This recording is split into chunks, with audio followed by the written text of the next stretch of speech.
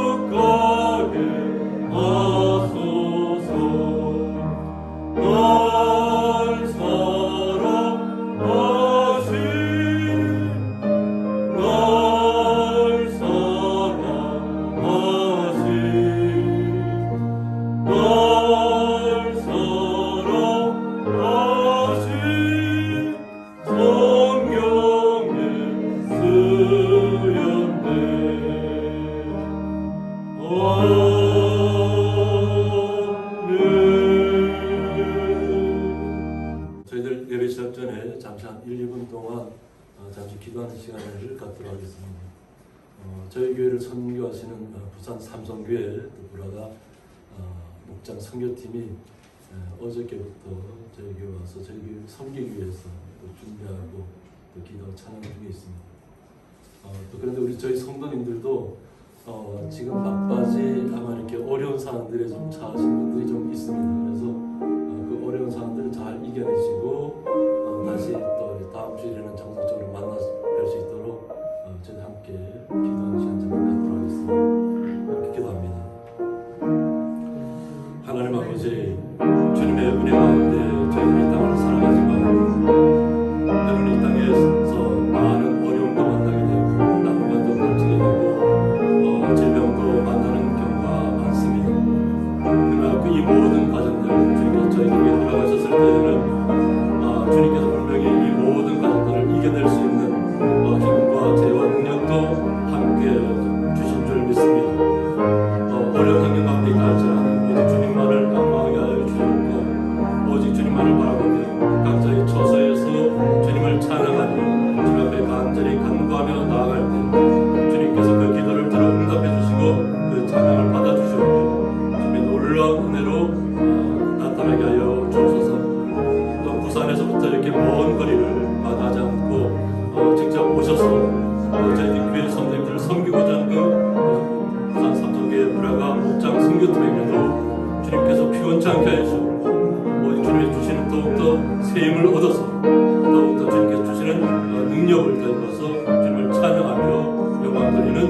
귀한 삶을 살 수 있도록 주님께서 함께하여 주옵소서. 저희들이 예배드리는 첫 시간을 맞이합니다. 이 모든 시간들 주님께서 주장하여 주실 줄 믿사오며 감사하며 예수님의 이름으로 기도드리옵나이다.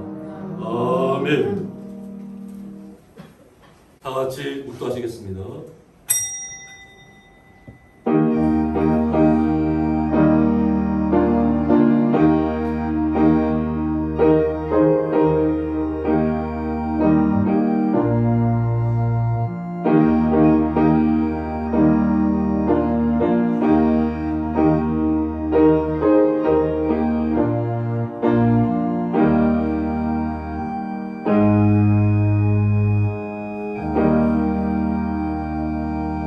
기쁨으로 여호와를 섬기며 노래하면서 그의 앞에 나아갈지어다.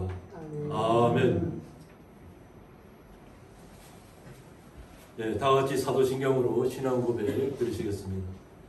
전능하사 천지를 만드신 하나님 아버지를 내가 믿사오며 그 외아들 우리 주 예수 그리스도를 믿사오니 이는 성령으로 잉태하사 동정녀 마리아에게 나시고 본디오 빌라도에게 고난을 받으사 십자가에 못 박혀 죽으시고 장사한 지 사흘 만에 죽은 자 가운데서 다시 살아나시며 하늘에 오르사 전능하신 하나님 우편에 앉아 계시다가 저리로서 산자와 죽은 자를 심판하러 오시리라. 성령을 믿사오며 거룩한 공예와 성도와 서로 교통하는 것과 죄를 사하여 주시는 것과 몸이 다시 사는 것과 영원히 사는 것을 믿사옵나이다. 아멘. 찬송가 43장입니다.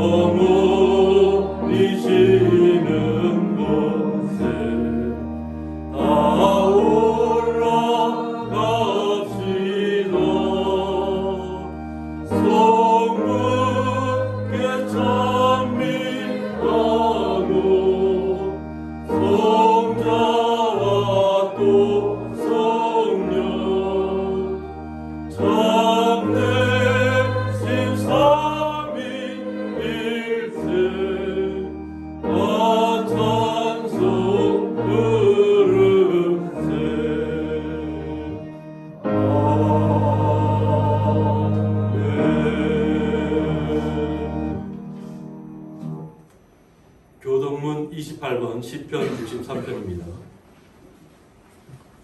하나님이여 주는 나의 하나님이시라.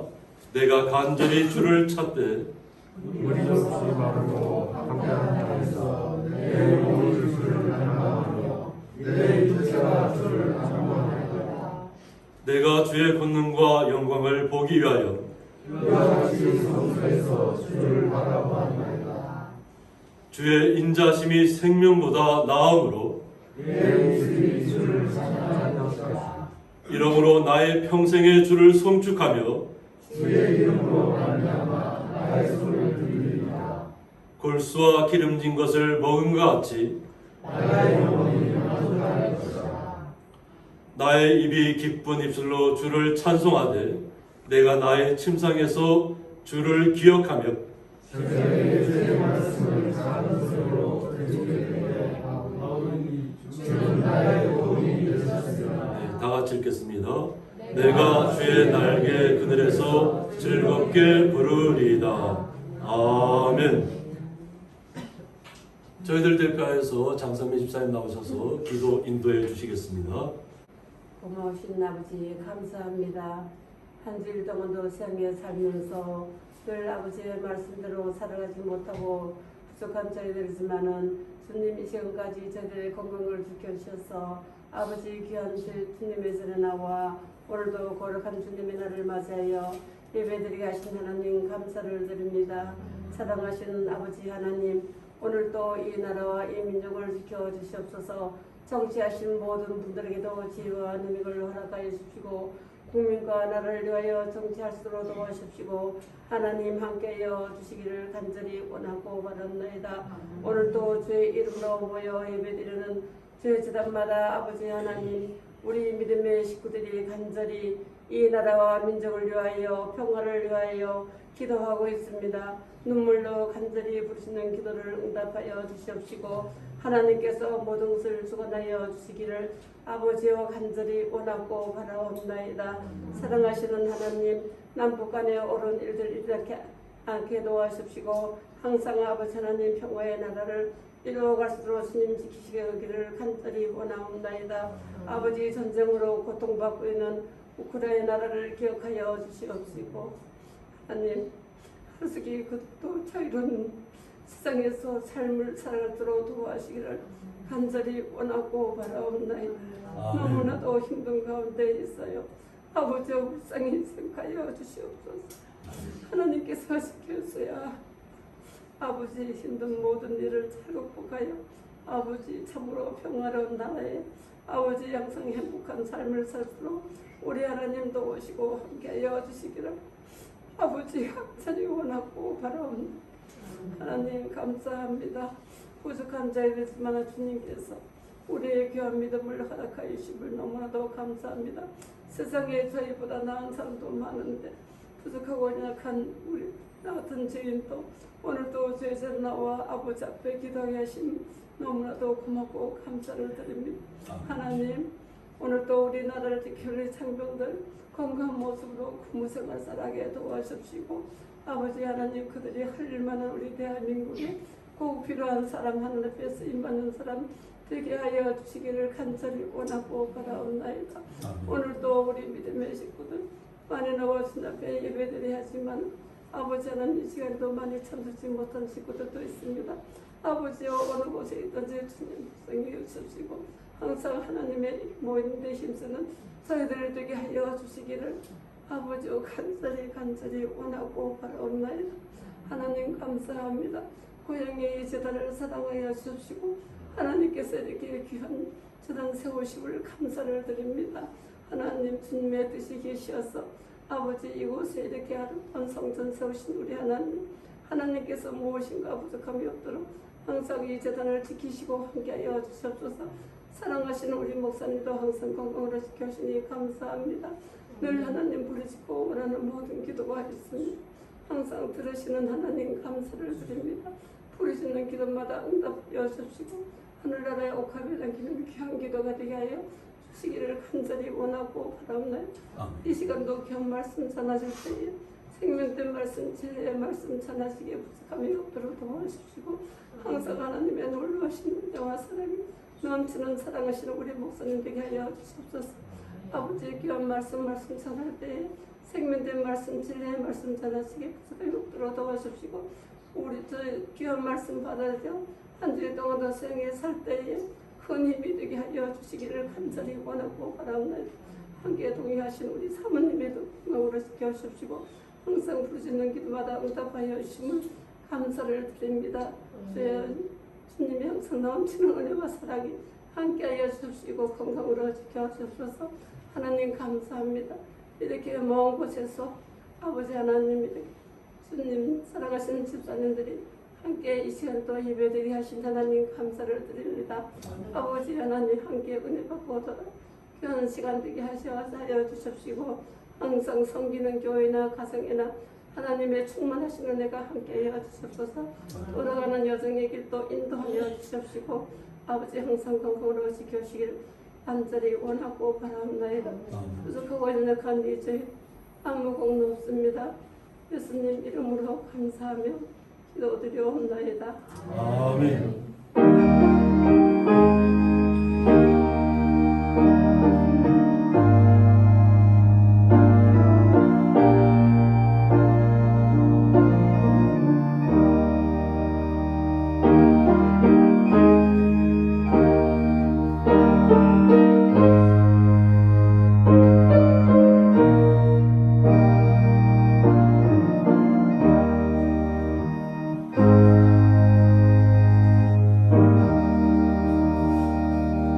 성경 말씀은 신약성경 히브리서 6장 1절에서부터 6절까지 함께 읽도록 하겠습니다. 그러므로 우리가 그리스도의 도의 초보를 버리고 죽은 행실을 회개함과 하나님께 대한 신앙과 세례들과 안수와 죽은 자의 부활과 영원한 심판에 관한 교훈의 터를 다시 닫지 말고 완전한 대로 나아갈지니라. 하나님께서 허락하시면 우리가 이것을 하리라. 한번 빛을 받고 하늘의 은사를 맛보고 성령의 참여함과 되고 하나님의 선한 말씀과 내세의 능력을 맛보고도 타락한 자들은 다시 새롭게 하여 회개하게 할 수 없나니 이는 그들이 하나님의 아들을 다시 십자가에 못 박아 드러내놓고 욕되게 함이라. 아멘. 이 시간은 찬양으로 하나님 앞에 영광 올려드리는 시간입니다. 부산 삼성교회 브라가 목장 선교팀 나오실 때 다 같이 박수를 큰 박수로 맞이해 주시기 바랍니다.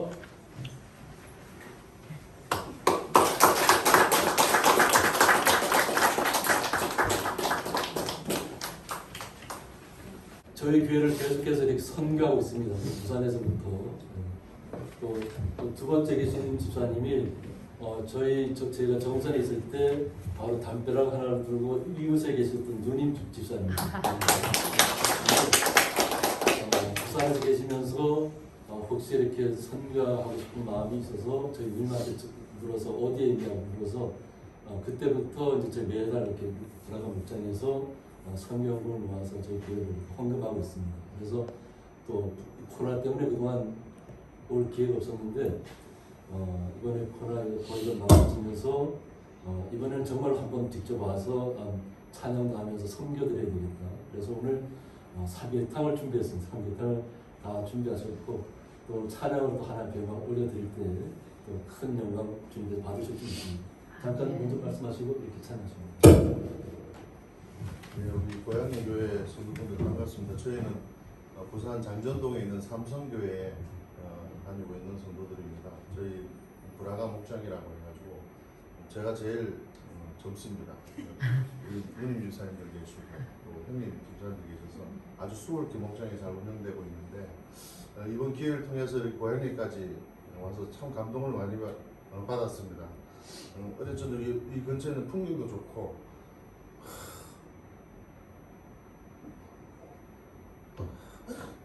우리 집사님 기도에 제가 감동을 받아가지고 저희가 찬양으로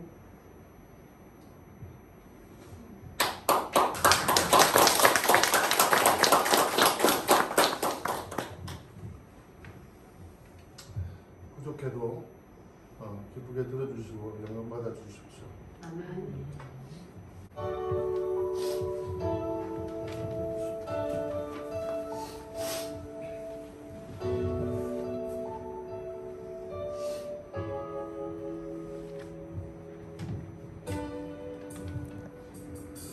여호와는 너에게 복을 주시기를 원하며 너를 지키시기를 원하시며 여호와는 그 얼굴을 너를 향하여 드사 은혜와 평강 주시기 원하노라. 여호와는 너에게 복을 주시기를 원하며 너를 지키시기를 원하시며 여호와는 그 얼굴을 너를 향하여 드사 은혜와 평강 주시기 원하노라.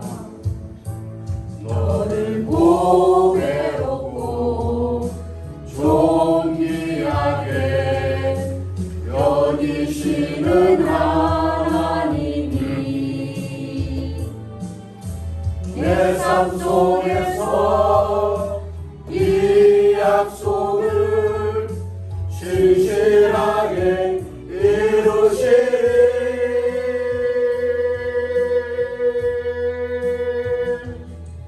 땅에 기름진 것으로 하늘에 신령한 것으로 너를 복 주시고 지키실 하나님이 너의 영혼 잘되도록 은혜 베푸시며 평강으로 인도하시리.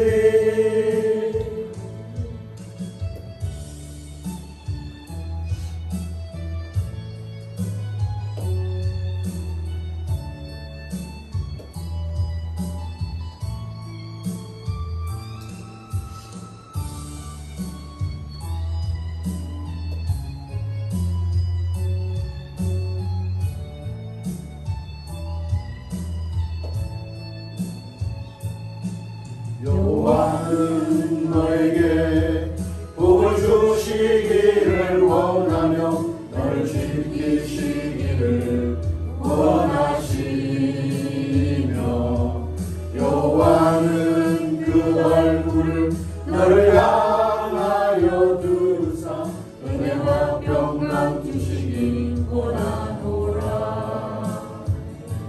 너를 보배롭고 존귀하게 여기시는 하나님이 내 삶 속에서 이 약속을 신실하게 이루시리.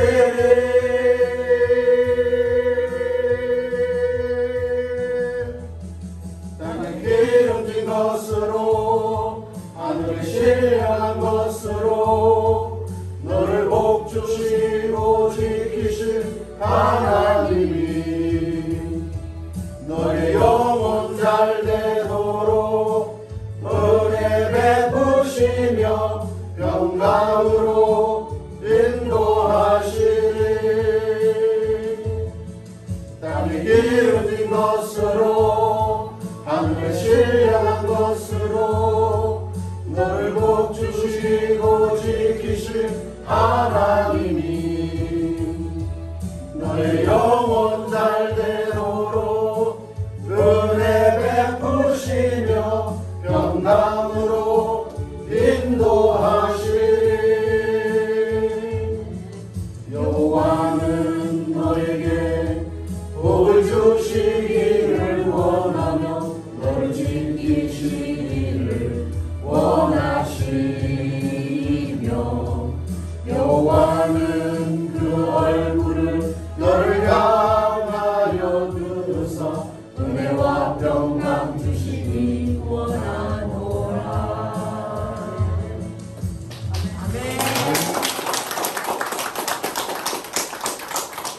드려진 예물 위해서 고음기도 올려드리겠습니다. 하나님 아버지 감사합니다. 주님께서 죄 거룩한 성들을 사랑하여 주셔서 주님의 날을 맞이해서 부산에서부터 이 먼 곳까지 와서 주님 앞에 섬김과 찬양의 시간을 갖게 하시고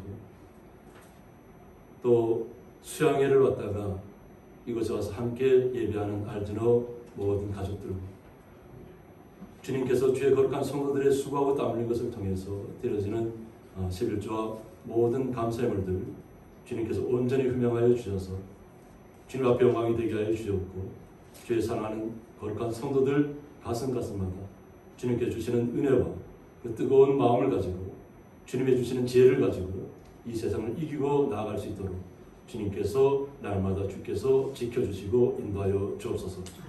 그 주님의 놀라우신 사랑에 감사하며 예수님의 이름으로 기도드리옵나이다. 아멘.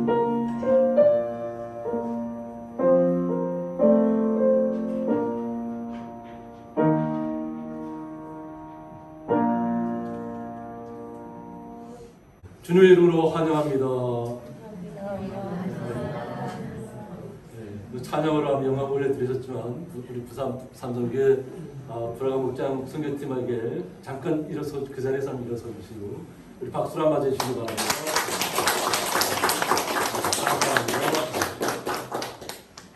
그리고 주식회사 알즈너 대전장님과 그 중요한 직책을 맡고 있는 분들이 수양회로 오셨어요. 담임으로 계곡에 수양회로 오셨다가 저희 주일 예배에 또 이렇게 함께 또 참여하게 됐습니다.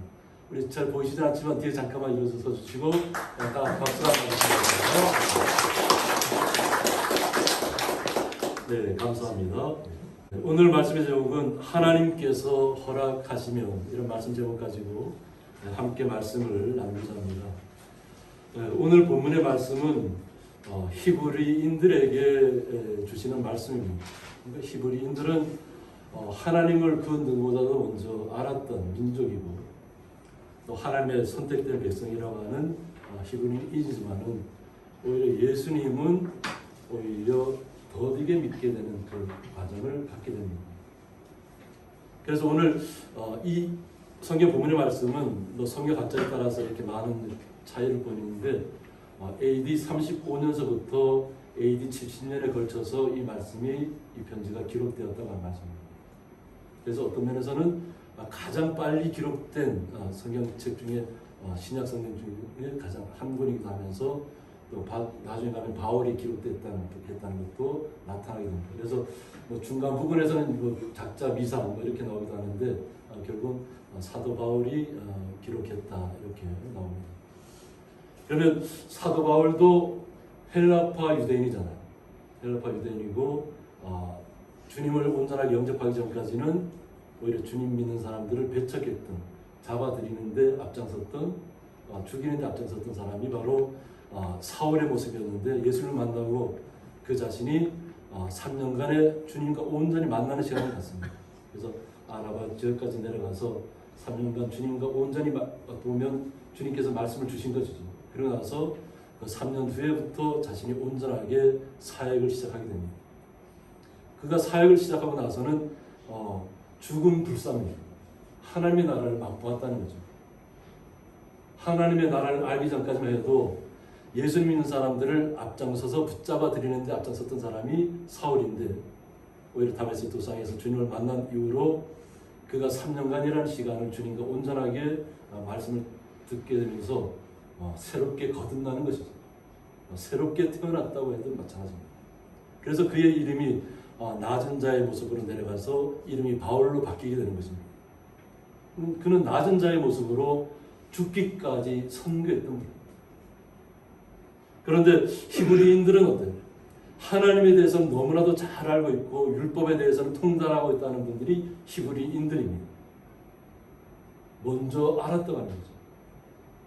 그런데 먼저 하나님에 대해서 먼저 알았던 이분들이 오히려 그 반대로 가 있는 상황이 되었다는 것입니다. 그래서 오늘 본문에서 읽지는 않았지만 5장 12절에 보면 초보라는 이야기가 나옵니다. 어쩌면 하나님에 대해서 가장 잘 안다고 하는 분들인데 오히려 여기에서는 초보라는 이야기가 나와요. 그래서 이것은 뭐냐면 스토키케온이라 해서 흙, 물, 불, 공기 이 모든 것을 이야기합니다. 그러니까 우리가 하나님께서 창조해 놓으신 이 모든 세계에서 일어날 수 있는 모든 자연과의 조합 속에서 일어날 수 있는 반드시 있어야만 하는 것들이죠. 뭐 SF 영화에서는 이런 것들을 통해서 어느 하나씩 자기가 어떤 뭐 큰 재능을 갖고 있고 그것을 활용하는 사람들이 있지만 오늘 본문에서는 우리 자연 속에 나타난 것을 가지고 무언가를 논하는 사람들은 가장 초보적인 단계라는 거예요. 아주 낮다는 거죠. 하나님의 말씀을 알았으면 하나님의 말씀이 우리의 마음속에 정말 심장에 박혀서 나의 모든 삶을 주관하는 것이 되는 것이 말씀입니다. 그래서 말씀이 살아있다고 얘기합니다. 이 살아있는 말씀이 나를 움직이게 해야 되는데 그냥 자연 속에 드러나는 것을 통해서 하나님을 논하고 있다고 하는 거죠. 그래서 눈에 보이는 것을 가지고 하나님을 논하다 보니까 결국 하나님에 대해서 온전히 알지 못하게 되는 거죠. 그러니까 정작 이 땅에 오신 예수님을 그들의 마음속에 받아들이지 못하는 결과를 빚게 되었다는 것입니다. 그래서 이것이 헬라의 철학 용어로서 가장 낮고 유치한 단계를 뜻한다. 그러니까 자연 만물을 가지고 뭔가를 논하려고 하는 사람들은 가장 초보적인 단계다. 이렇게 보시면 됩니다. 그러니까 우리는 주님의 말씀이 우리의 모든 것을 이끌고 간다고 생각하시면 됩니다. 말씀. 그래서 13절은 보면 이는 젖을 먹는 자마다 어린 아이라고 합니다. 그러니까 자연 속에 나타나는 것을 통해서 하나님을 안다하고 자신들이 아는 하나님이 최고의 가치를 갖고 있는 것으로 착각을 일으키는 사람들. 이것은 어린 아이요. 항상 매일같이 젖만 먹고 있다는 거죠. 눈에 보이지 않으면 믿지 못하는 사람들이 되었다고 하는 거죠. 그러나 정작 우리가 가장 소중한 것은 뭐예요? 이 공기가 눈에 보이나요? 우리를 숨쉬게 하는 이 모든 공기는 눈에 보이지 않잖아요. 그러나 분명히 공기가 존재하나요? 존재하지 않나요? 분명히 존재한다는 것이죠. 하나님도 우리의 눈에는 직접 보이지 않지만 말씀으로 우리에게 오셨다고 하는 것이죠. 그것을 주님께서 우리에게 몸소 보여주셨고 주님께서 부활하셨다는 것입니다. 주님께서 부활하신 다음에는 영원한 하나님의 나라가 있다는 것이죠. 그러니까 하나님께서 창조해 놓으신 이 세계가 분명히 아름답고 좋은 환경 가운데 있지만 우리가 이렇게 세계 뉴스를 통해서 보는 것처럼 세계 곳곳이 지금 몸살을 다 앓고 있습니다. 어느 한 곳 빠지지 않고 몸살을 앓지 않는 곳이 없다고 할 정도로 세계가 고통 속에 지금 빠져 있습니다. 세상 속에서 뭔가를 누리려고 하고 우주선을 만들어서 우주로 가서 새로운 세계를 만들려고 한다고 하는데 그것은 그들의 가상의 세계일 뿐이에요. 하나님이 창조하지 않으면 이 세상 우리가 살 수 있는 곳은 없다는 거죠. 하나님이 우리를 이곳에 살게 했기 때문에 우리가 주님을 찬양하면서 살 수 있는 환경이 조성되어졌다는 것입니다. 그래서 젖을 먹는 사람들은 의의 말씀을 경험하지 못한 자라고 얘기합니다. 주님께서 우리에게 말씀으로 우리에게 오셨잖아요. 그 말씀을 온전히 알지 못하는 사람들은 항상 자연 만물 속에서 나타나는 것을 통해서 자신이 더 하나님을 많이 안다고 이야기하고 있다는 것이죠. 그래서 그것은 우리 성도님들이 논할 자리가 아니라는 거죠. 근데 먼저 믿었다고 하는 히브리인들은 이것을 먼저 따지고 있다는 거죠. 우리가 먼저 하나님을 알고 있고 우리가 하나님을 먼저 믿었는데 오히려 헬라파 유대인인 바울에게 오히려 질타의 시간을 갖고 있는 거죠. 오늘 본문에 들어가 보면 그러므로 우리가 그리스도의 도의 초보를 버리라고 했습니다. 그냥 아이와 같은 모습 속으로 살아가지 말라고 하는 것입니다. 이미 우리에게 주어진 환경은 주님께서 주관하실 것입니다. 그러니까 이 모든 자연 환경은 주님 앞에 맡기고 우리는 온전히 주의 말씀을 가지고 살아가면 됩니다. 오늘 정말 집사님의 기도를 통해서 우리 김종호 집사님께서 은혜를 받으셔서 울컥하는 그런 과정까지도 겪으셨죠. 아마 집사님은 그런 자신이 울컥한다는 생각 못 하셨을 거예요. 근데 하나님이 그렇게 우리 마음을 움직여주는 거예요. 기도가 서로 주님 앞에 올려지는 기도인데 그 주님 앞에 올려지는 기도를 통해서 우리가 감동을 받는 거죠. 주님이 하신다는 거예요. 주님께서. 그런데 계속 자연 만물을 가지고 논해서는 안 된다는 거죠. 그래서 죽은 행실을 회개하라고 했습니다. 그러니까 우리의 삶 속에 살아가는 모습이 죽어 있다는 거예요. 말씀은 갖고 있다고 하고 율법을 갖고 있다고 하는데 삶은 변하지 않는다는 거죠. 근데 거기에서 해결하는 뭐냐면 우리가 잘 알고 있죠. 돌이키다. 마음을 돌이키다. 메타노이아에서 마음을 돌이키다. 그래서 우리가 보통 해결하고 하면 우리가 하나님을 떠나 있던 마음에서 주님에게로 우리의 마음이 다시 한번 향하는 것이죠. 주님 돌아와서. 이것이 해결입니다. 그래서 생각이나 그 장소를 돌이켜 환경이라는 것을 다 돌이켜서 바꾸는 것을 말합니다. 그러니까 해결하는 것이 그냥 말로만 하는 해결이 아니라 우리의 삶과 생각을 모두 완전히 그냥 싹 갈아엎는 것입니다. 그래서 주님의 말씀이 나의 모든 것이라고 고백하는 그런 것이 해결하는 거죠. 그러니까 율법에 대해서 그 옛날의 풍습들, 어떤 겉모습 이런 것에 매이지 말라는 것입니다. 그래서 하나님께 대한 신앙과 오직 주님만을 향한 하나님만을 향한 신앙 그리고 세례들 히브리인들이 이제 그 느끼는 것들이 뭐냐면 안다고 하는 것이 이것이 장애물이 되는 거예요. 안다고 하는 것이 모르면 그대로 순수하게 받아들이면 되죠. 그러니까 주님의 말씀을 온전히 받아들이면 우리의 삶이 그 변화시키면 되는데 내가 뭔가를 알고 있다고 하는 거죠. 근데 그 알고 있는 것에서 다른 것이 와서 이렇게 터치하면 사람들이 자신의 생각이 바뀌기 전까지는 그 생각을 내려놓지를 못합니다. 그래서 서로 싸움이 일어나요. 왜? 내가 알고 있는 것이 진실이라고 믿기 때문에. 그래서 어떤 때는 그것이 잘못되면 아집이 되고 고집이 되는 것이죠.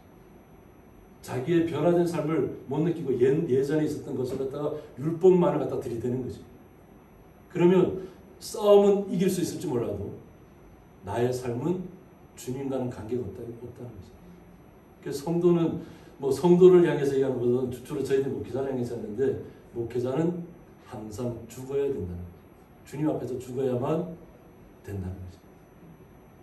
우리가 살아서 내가 무언가를 하는 것처럼 움직이다 보면 큰 절망 가운데 만났을 때 낭패를 겪게 됩니다. 왜? 자신의 능력인 줄 알았다니까 자신의 능력이 아니라는 것을 깨닫게 되면 아무것도 할 수 없게 됩니다. 오직 나는 보잘것없어도 주님이 나를 통해서 말씀을 통해서 내가 생명력이 있게 살아갈 수 있도록 나를 주장한다는 것을 믿게 되면 주님 앞에 무릎 꿇을 수밖에 없고 고꾸라질 수밖에 없습니다. 주님 앞에 무릎을 꿇어야 우리의 삶이 변한다는 것이죠. 내 의지보다는. 그런데 안다고 하는 사람들은 무언가 자신이 누구에게서 세례를 받았냐 이런 얘기들이 많이 있었잖아요. 그죠? 나는 바울에게서 세례를 받았다. 나는 베드로에게서 받았다.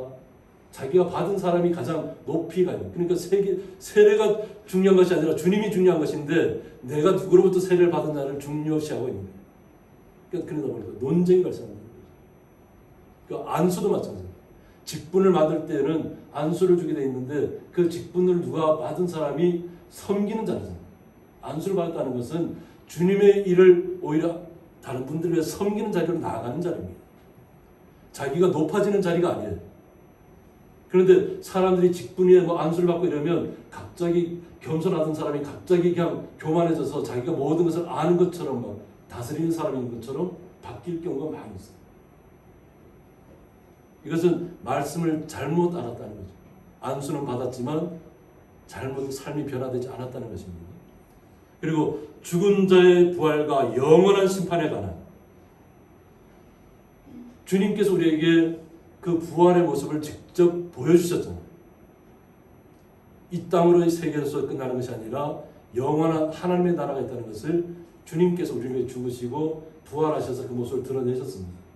나타내셨습니다. 그런데 이것을 갖다가 부활의 논쟁을 계속하고 있다는 거죠.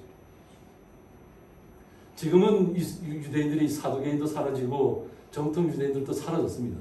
사라지고 다시 이제 그 후에 유대인들이 다시 이렇게 나타나지 않는데 그들은 부활이 있다 없다를 가지고 논쟁을 했죠. 그러니까 하나님은 믿으면서도 하나님의 나라에 대해서는 믿지 못하는 거죠. 그러니까 그것이 서로 충돌되는 과정들을 겪었다는 거죠. 그러니까 아는 것 안다고 스스로 생각했기 때문에 이런 충돌이 발생했다는 거죠. 그리고 영원한 심판에 관한 분명히 우리가 이 땅을 살아가고 나면 마지막에는 심판이 있다는 거예요. 영원한 심판. 우리의 인생은 유한하잖아요. 그죠? 요즘 100세 시대라고 하지만 우리의 시대는 유한합니다. 창세기에는 900세를 넘게 살으신 분들이 많지만 노아의 홍수 이후로는 다 수명이 120세로 제한이 됐습니다. 오래 산다고 하나님을 아는 것이 아니고 장사만 한다고 해서 하나님을 아는 것이 아니라 우리의 마음의 변화가 없으면 아무리 오래 살아도 주님 앞에 버림받을 수 있다는 것입니다. 그러나 우리의 마음이 주님을 영접한 그 순간부터 주님의 자녀로 나아가면 우리의 모든 삶은 바뀌어질 것입니다. 그러니까 영원한 심판을 우리가 믿게 될 것이라는 거죠. 그런데 영원한 심판을 우리가 두려워하는 사람인가요? 영원한 심판이 있을지라도 우리는 구원의 확신을 갖고 있는 성도라는 것을 잊지 마시기 바랍니다.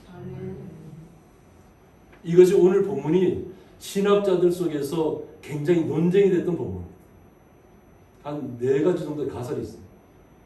서로 주님을 영접하고 나서 우리는 심판을 받지 않는다는 것을 알고 있는데 오늘 본문을 읽다 보면 타락한 자에 대해서 나옵니다. 그들은 회개할 수 없다. 주님의 나라에 이르지 못한다는 것이죠. 그러면 이 본문이 우리는 주님을 믿은 그 순간 영원한 구원을 얻었는데 그럼 어디에 우리가 해당하는가? 이 문제로 논쟁이 계속 벌어지고 있어요. 그런데 우리는 그런 우리 신학자가 아니라 우리는 주님의 말씀만 믿고 나가면 되잖아요. 신학자들은 신학자들이 논쟁하도록 그냥 버려두고 우리는 주님 말씀만 믿고 나가시면 됩니다.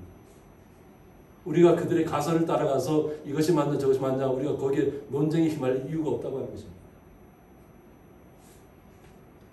여기에 대해서 교훈의 털을 다시 닦지 말라고 했어요. 우리는 주님을 믿은 그 순간 구원받은 하나님의 자녀로 바뀌어졌다는 것입니다. 영원한 생명을 얻은. 그러니까 우리가 한번 주님을 믿었으면 그 주님께서 우리를 지켜주신다는 것입니다. 내가 지키는 것이 아니라 주님께서 우리의 믿음을 보시고 우리를 모든 생명을 주관하신다는 것입니다. 영원한 생명까지. 육신의 생명만이 아니라. 그런데 사람들이 자꾸 뭔가 자신이 뭔가 가책을 느끼는 일이 생기거나 뭔가 잘못된 일을 했다고 스스로 생각하면 자꾸 내가 구원을 잃어버리는 것 아닌가, 내가 잘못된 길에 빠지는 것 아닌가, 자꾸 이렇게 의심의 시간들을 갖게 된다는 것입니다. 이것은 누가 원하는 것이에요? 의심하는 것은 사탄이 원하는 것이에요. 후에 다시 살펴보겠지만 타락한 자는 사탄이에요. 사탄이 처음부터 멸망자가 된 게 아니에요. 하나님의 온전 옆에서 수호하던 천사들 하나님 곁에 있습니다. 그런데 타락한 천사들이 교만해졌다는 것이죠. 교만해지고 나서 자신이 하나님 앞에 버림을 받았잖아요. 영원한 멸망의 그 명을 받게 되니까 자신만 멸망당할 수 없다는 것이죠. 그러니까 결국은 아담과 하와에게 와서 선악과를 먹으라고 합니다. 너희들이 먹으면 너희들이 눈이 뜨여져서 하나님과 똑같이 된다. 이렇게 됩니다. 우리의 목표가 하나님과 똑같이 되는 건가요? 우리의 삶이 하나님과 똑같은 삶을 그 어떤 그 속에서 한마디 말이면 모든 세상을 창조하고 온 우주를 그냥 주관하는 그런 자리에 가기를 원하나요? 우리는 주님 안에서 행복한 사람들, 주님 한 분만. 우리가 세상을 창조하거나 만들어야만 우리가 행복한 것이 아니라는 것이죠. 그런데 사단은 어떻게 해요? 자꾸 우리에게 뭔가 이렇게 의심의 시선을 자꾸 뿌리는 거예요. 너 지금 잘못 가고 있지 않나? 너 구원받은 백성이 아니다. 너 이 길로 계속 갈까? 오히려 그러면 아예 벗어나라고 얘기한다. 이것이 어떻게 보면 사단의 역할입니다. 자기만 죽지 않겠다는 것이죠. 그래서 이러한 시간들은 우리 성도님들은 다시 닦지 말아라 합니다. 이것이 이제 어디서 나타나면 이단들에게서 나옵니다. 주로 구원파는 어떻게 얘기하세요? 구원파는 당신 언제 몇 날 몇 시에 구원받았나 이렇게 묻고 있습니다. 그럼 우리 성도님들이 내가 몇 날 몇 시에 구원받았다는 걸 알 수 있나요? 그래서 자기 자신을 스스로 의심하게 만들어요. 의심하게. 정말 내가 전에는 내가 주님만이 나의 모든 것이라고 생각하고 나왔는데 갑자기 언제 몇 날 몇 시에 구원받았나 물으면은 내가 그것을 어떻게 우리 믿은 그 순간에 이미 주님의 사랑을 받겠는데 우리는 그 시와 묻는 것은 주님께서 아시는 것이죠. 그런데 사람들이 그 시간을 알아야만 구원받았다고 얘기하니까 사람들이 미혹돼 가는 거예요. 미혹돼 가는 거예요. 이단의 문제들이 뭔지 알아요? 그들은 자기들이 아는 다 성경 구절만 가지고 사람들을 계속 유혹합니다. 성경에 다른 그와 거기에 대항할 수 있는 말 언어를 꺼내면 그건 차단합니다.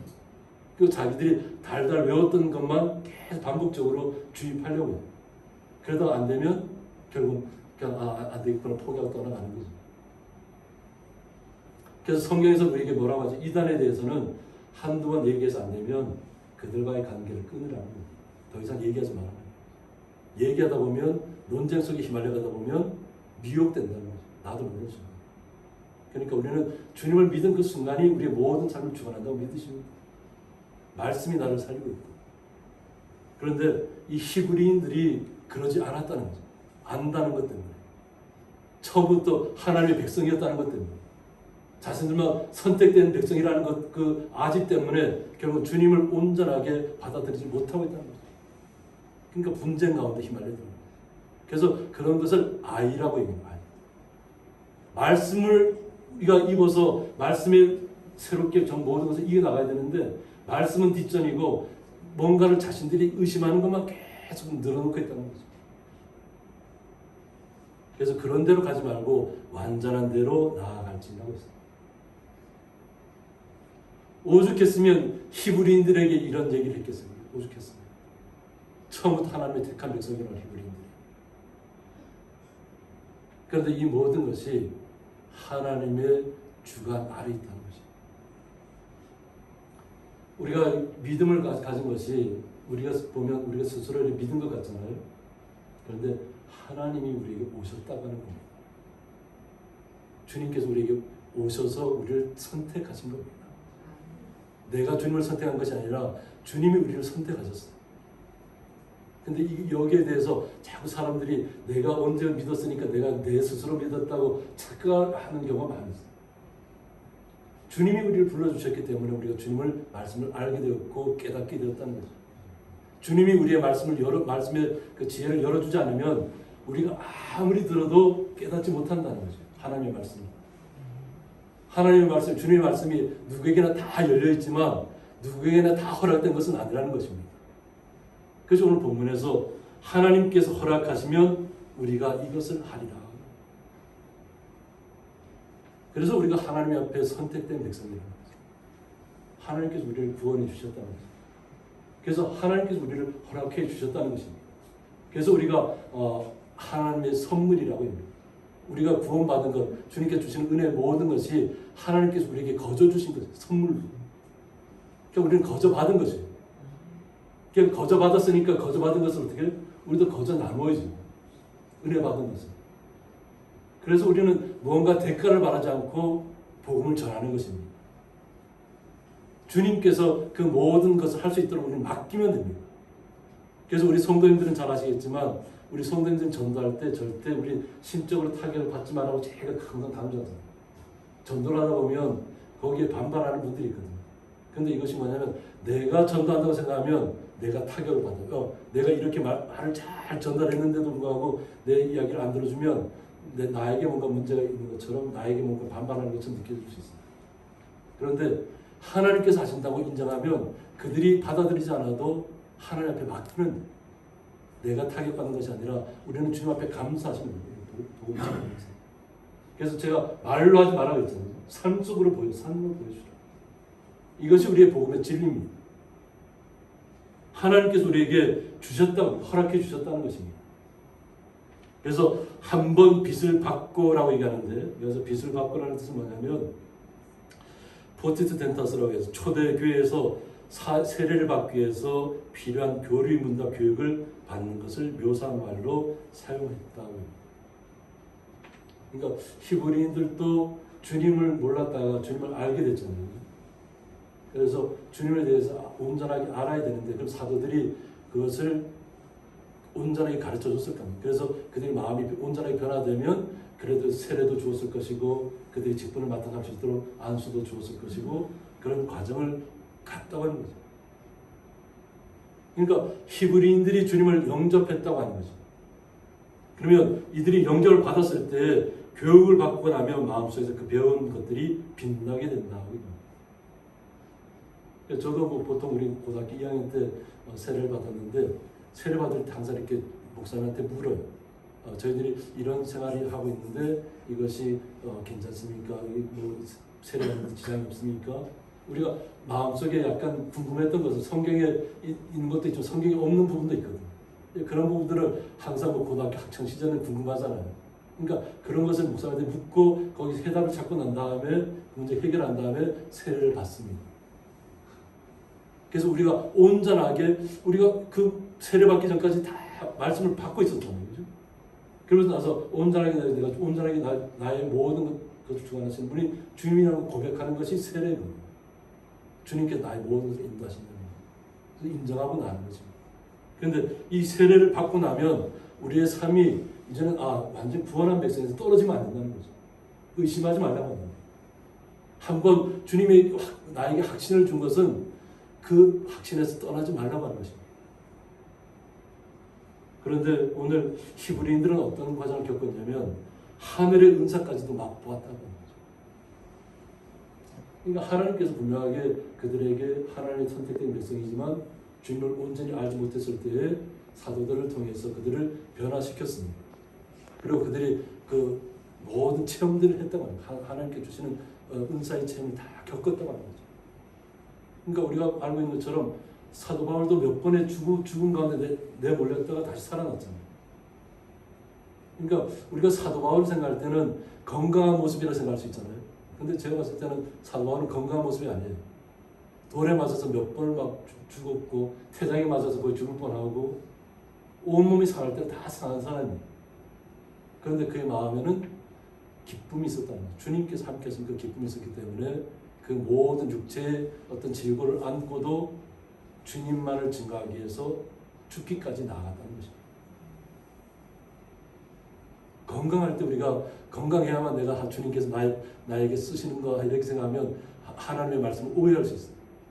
왜 그러냐면 사울을 부를 때 어떻게 했어요? 내가 그만큼 주님의 사람들을 핍박했기 때문에 죽은 가운데 내몰았기 때문에 너도 복음 전하면서 그와 같은 고통을 감내해야 될 것을 예수님께서 먼저 알려주시죠. 그리고 그가 변화된 삶을 살면서 죽기까지 충성하는 거예요. 한번 주님께 주신 그 빚을 받았으면 하나님의 나라를 바울은 보았잖아요. 하나님의 나라를 보았어요. 삼층천 가서 경험했단 말이에요. 그런데 우리 인간적인 삶에서 그건 아무리 얘기해도 알아듣지 못한다는 거죠. 그래서 그 얘기는 하지 않습니다. 얘기해도 우리의 생각으로 이해가 안 되니까 하나님의 나라. 그러나 믿음으로 가야 된다. 그래서 하늘의 은사를 이 히브리인들이 많이 맛보았다고 하는 것입니다. 그리고 성령에도 참여한 바가 되었다. 주님께서 올라가시면서 부활하시면서 성령을 우리에게 주셨잖아요. 오순절에 성령을 통해서 모든 사람들 디아스포라를 내몰았잖아요. 흩어지게 만들었어요. 흩어지게. 하나님의 방법은 어떻게 보면 주님의 사람들 처음 믿었을 때 그 자리에서 왕성하게 하는 것이 아니라 믿은 후에 다 흩어버리는 거예요. 그러니까 흩어진 곳에서 주님을 전하는 것이에요. 지금의 이스라엘 민족이 다시 돌아올 수 있었던 것도 뭐냐면 고통은 겪었지만 흩어졌기 때문에 가능했던 거예요. 흩어진 곳에서 그들을 주님께서 왕성하게 만드셨죠. 그리고 그들이 다시 자기의 본국으로 돌아가게 되는 거죠. 그래서 그들에게는 예수님을 온전하게 믿는 분도 있지만 아직까지도 예수님을 받아들이지 못하는 유대인들이 있다는 거죠. 그러나 그것은 우리가 간절할 바는 아닙니다. 우리 스스로 나 자신만이 주님 앞에 온전한 주의 사람으로 거듭나 있으면 됩니다. 그런데 이 히브리인들은 이렇게 주님의 큰 은사를 맛보고 하나님의 은사를 모든 것을 체험했다고 하는 거죠. 그러면서 하나님의 선한 말씀과 내세의 능력을 맛보았다고 했습니다. 하나님의 말씀이 우리를 살린다는 것을 그들이 알았다는 것입니다. 그리고 하나님의 나라에 대해서 그 능력도 깨달았다는 거예요. 맛보았다. 그러니까 그 당시에는 죽은 자를 살려내는 일들이 그냥 굉장히 많았습니다. 그러니까 사도 바울이 섬의 파선에 갔을 때에도 독사에서 물렸잖아요. 그 사람들이 그 원주민들이 바울이 신인 줄 알았다니까 결국 독사에 물려서 죽는구나 이랬는데 결국 뭐예요? 독사에 물리고도 그냥 툭 털어내고 막 그런 거 살아나요. 아무렇지 않게. 하나님이 지켜준다는 거죠. 독이 자신의 몸속에 파고들어도 주님께서 다 물리쳐 나가내신다. 그래서 바울을 신이라고 불렀잖아요. 그 원주민들이. 그런데 바울은 뭐라 했어? 자기는 신이 아니라는 거예요. 자기는 주의 종이지. 주님께서 하시는 말씀대로 자기는 순종하고 나갈 뿐이지 사람들이 볼 때는 신인 거예요. 또 죽은 자도 살려낼 수 있으니까. 사도들도 이렇게 했잖아요. 죽은 자를 예수님께 주신 능력을 그들도 베풀었습니다. 죽은 자를 살려내고 병자를 일으키고. 근데 그렇게 해야만 그들이 주님을 온전하게 영접할 수 있었기 때문에 그 시대는 그랬어요. 우리나라도 그랬어요. 우리나라도 우리 부모님 세대들은 거의 죽었던 사람이 주님을 영접하고 다시 살아서 지금까지 건강하게 살아계신 분들이 제 주위에 너무나도 많이 있어요. 그 당시에 죽을 뿐인데 완전히 다 본 사람 아무도 손댈 수 없다고 죽었던 분인데 주님을 영접했는데 죽었다고 하는 사람이 다 새롭게 지금까지 90세 넘게 살아계세요. 또 100세 넘게 아주 살아계신 분들이죠. 그러니까 죽음은 우리가 관리하는 게 아니에요. 우리의 육체도 누가 관리해요? 주님이 주관하신다는 걸 아시면 됩니다. 네. 그런데 여기 오늘 제가 서두에 좀 얘기 드렸지만 타락한 자들은 다시 새롭게 하여 회개할 수 없다고 했습니다. 이제 신학자들이 헷갈린 이유가 여기에 있습니다. 타락했다고 하는데 그러면 우리 같은 뭔가 이렇게 주님을 믿었다가 잘못된 길에 빠졌다가 뭔가 이렇게 잘못 그 길로 가면 우리는 타락한 자인가? 그럼 좀 못 돌아오는 자인가? 이제 그 문제가 신학자들의 그냥 관념에 꽉 잡히니까 이 문제를 풀지 못하는 거죠. 우리는 말씀을 통해서 타락한 자는 사탄밖에 없습니다. 그래서 하나님 앞에 멸망의 길로 들어가게 된 거죠.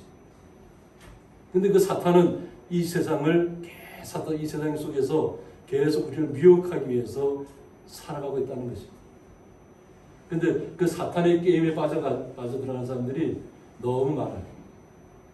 예전에 사탄교를 신봉했던, 지금은 죽고 없지만 사탄교의 교주가 뭐라고 했냐면 자기의 심장을 사탄에게 주었다. 왜 주었냐면 자기가 이 땅에서 기업을 크게 일으킬 수 있도록 자기에게 능력을 주었다는 거예요. 사탄은.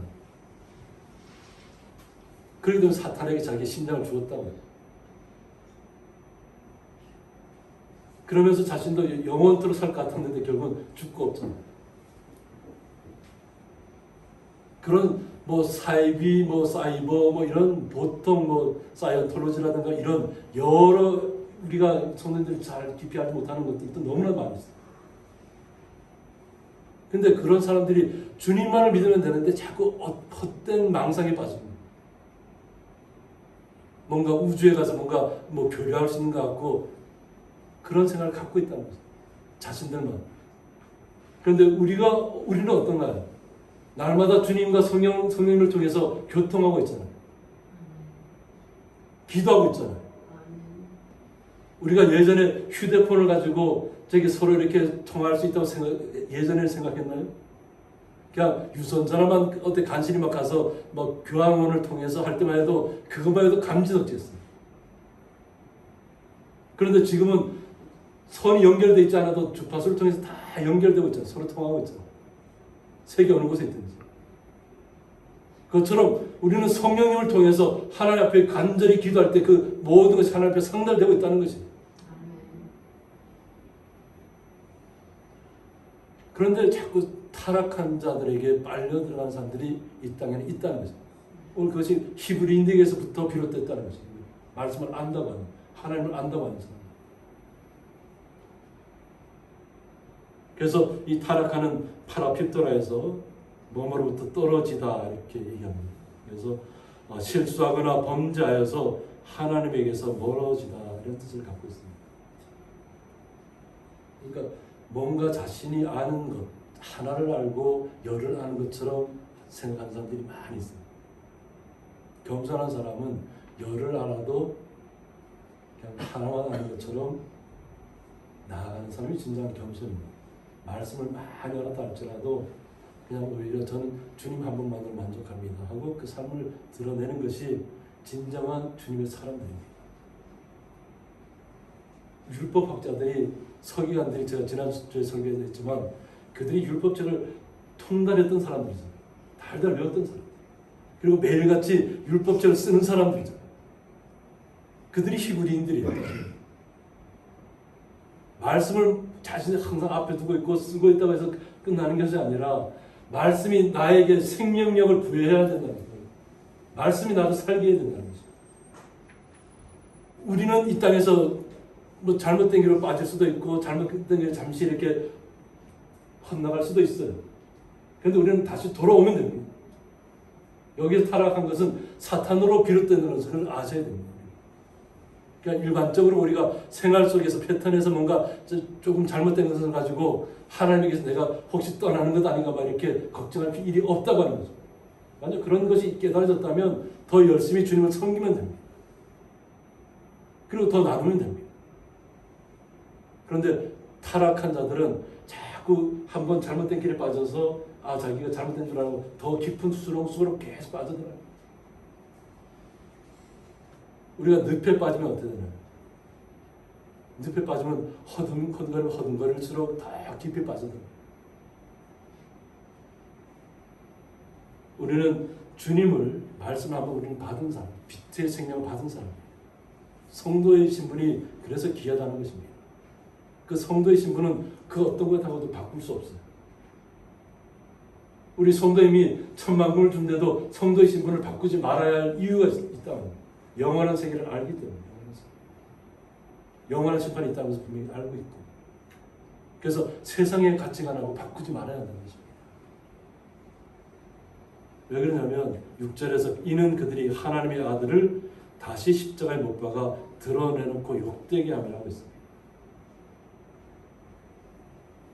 보통 이제 이거 히브리인들이 그 잘못된 우리를 구하는 것이 뭐냐면 정말 예수님께서 부활하셨다면 다시 한번 그것을 우리한테 보여달라 이런 경우가 있잖아요.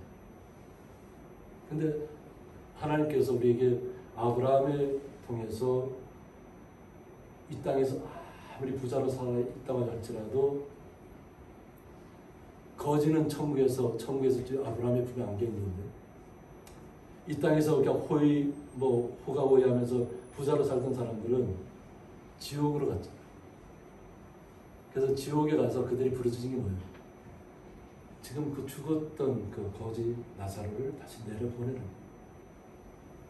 보내서 이 밑에 있는 사람들이 아직까지 깨닫지 못한 사람들이 보여주면 그들이 믿지 않을까 그런 이야기를 가지고 자신들이 지옥을 경험하니까 그 얘기가 나오는데 뭐라고 얘기해요? 죽었던 사람을 다시 내려보내도 그들은 변하지 않을 거라.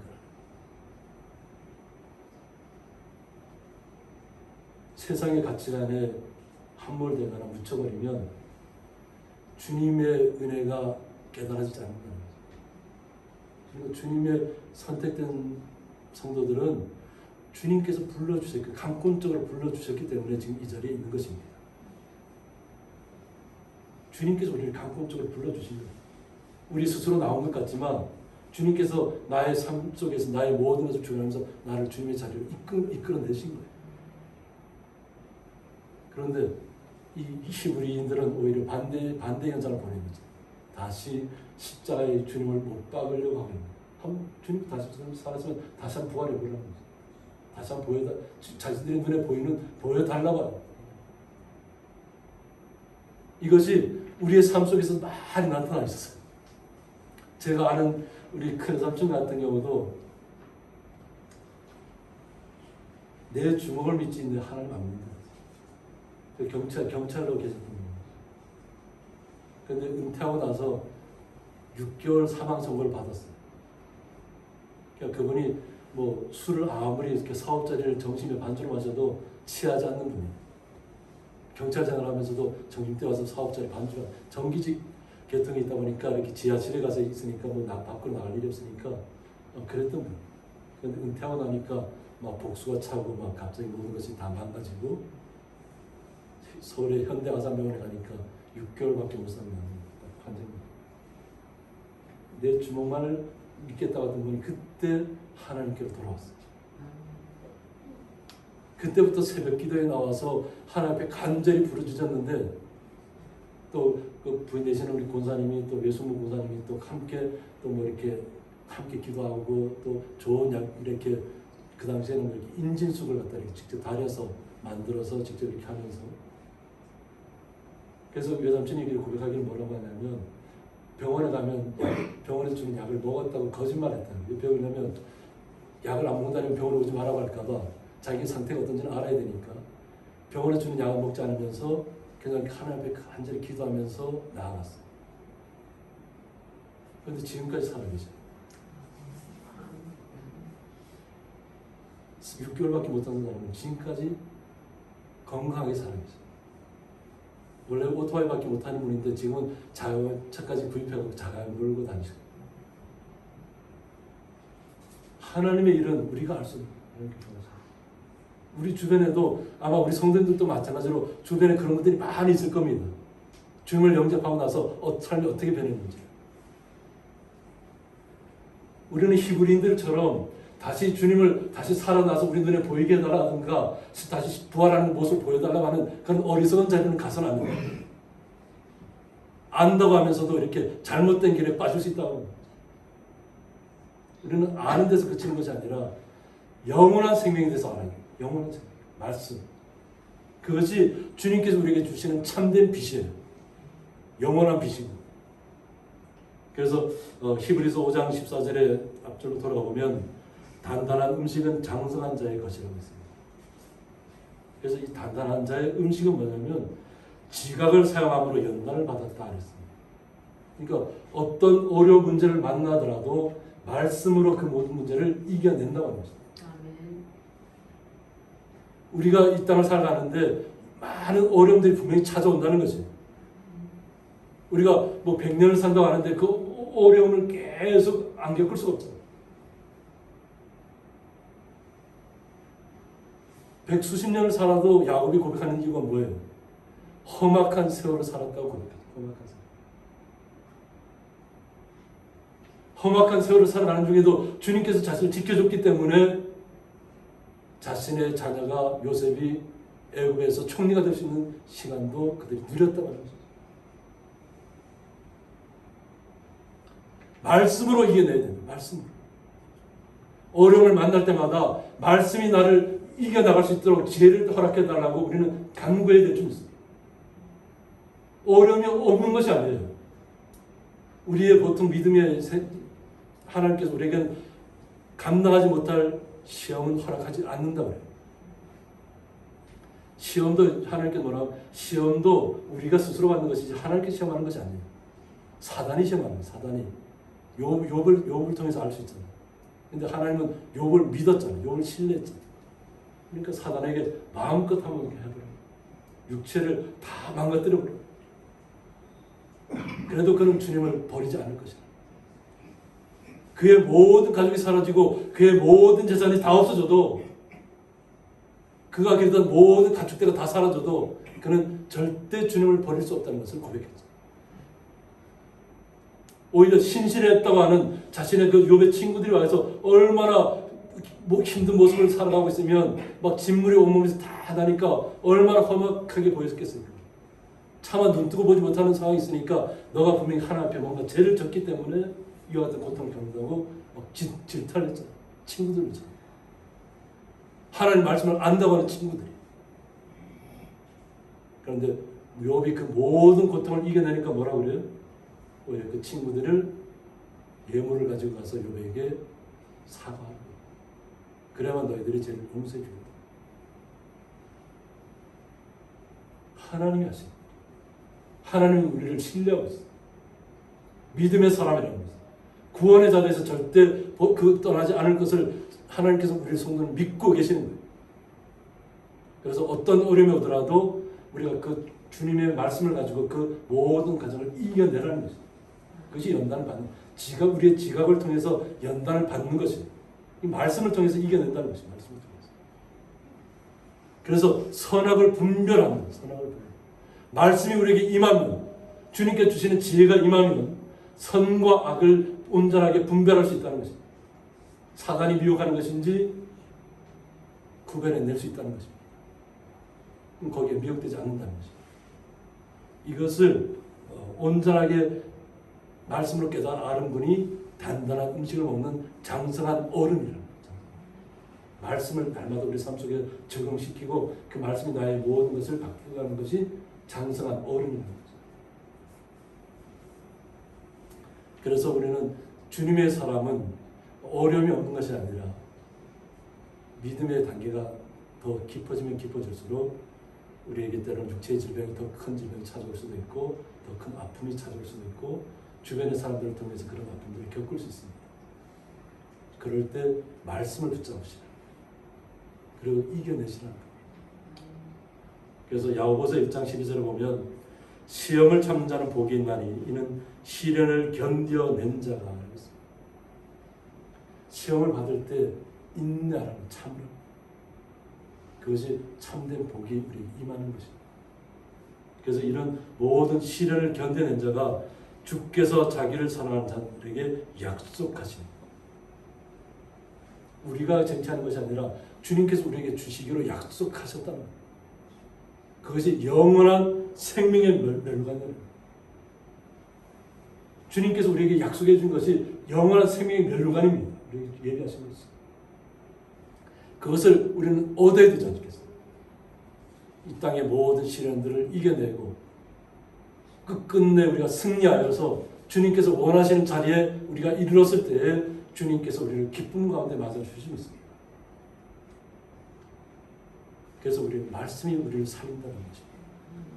그래서 어려움을 만났을 때, 질병을 만났을 때, 또는 고통스러운 순간들이 찾아왔을 때 말씀이 나를 살린다는 것을 주님 앞에 고백하십니다. 아멘.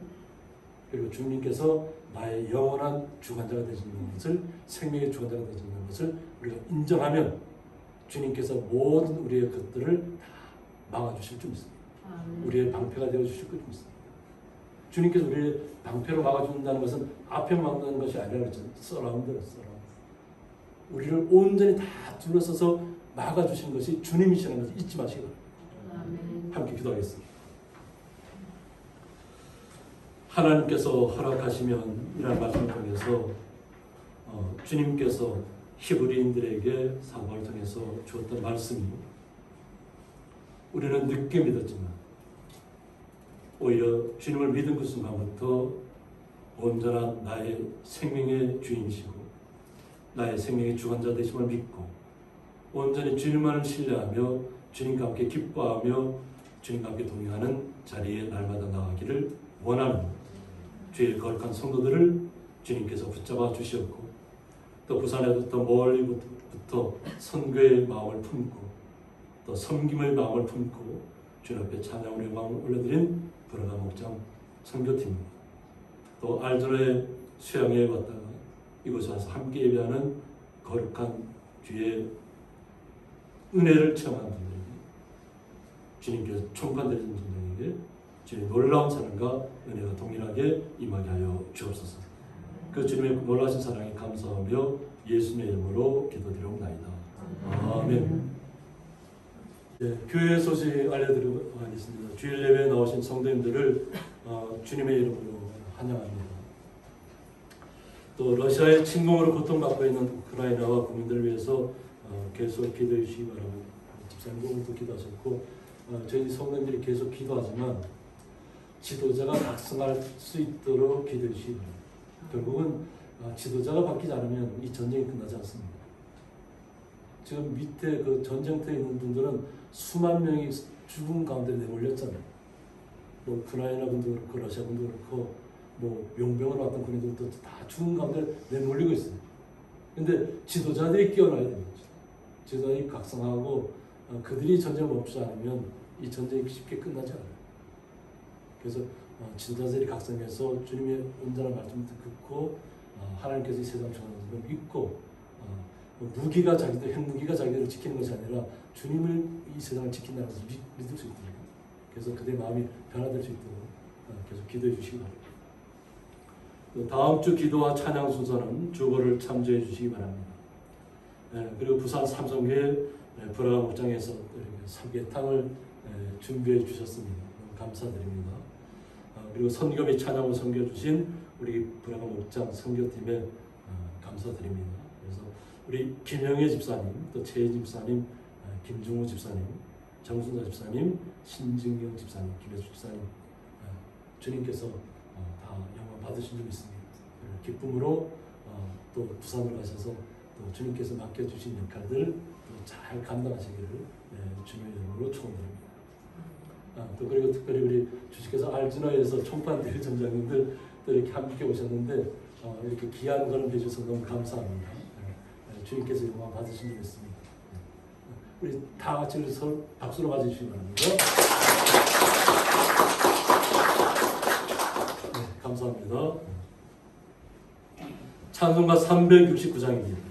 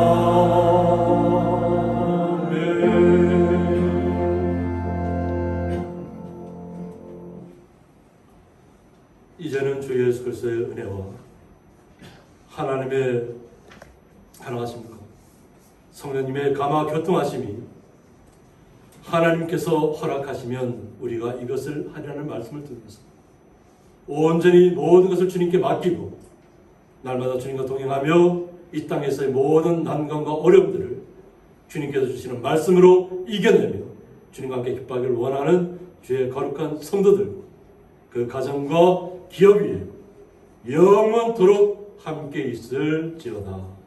아멘.